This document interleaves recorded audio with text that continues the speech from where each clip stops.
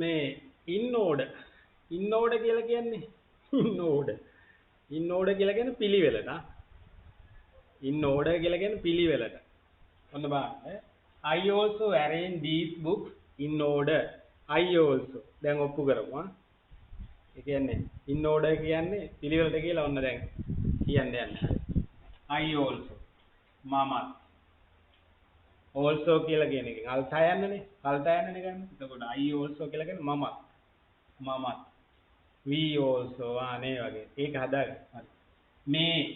මේ පොත්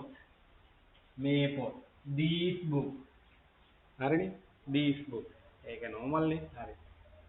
these things තිබ්බා arrange කරා කියලා කියන්නේ හරි. පිළිවෙලට සකස් කරලා arrange තිබ්බා. දැන් ඒක ඉතුරු වෙන්නේ පිළිවෙලට. මෙතන ඉතුරු වෙන්නේ in order නේ. in order පිළිවෙලට. එතකොට in order කියලා කියන්නේ පිළිවෙලට. in order. I also arrange these books in order. කියලා කියන්නේ මමත් මේ පොත් පිළිවෙලට තිබ්බා. දැන් කවුරු හරි ඒක අවුල් කරනවා. වෙන්න ඇති. එච්චරයි.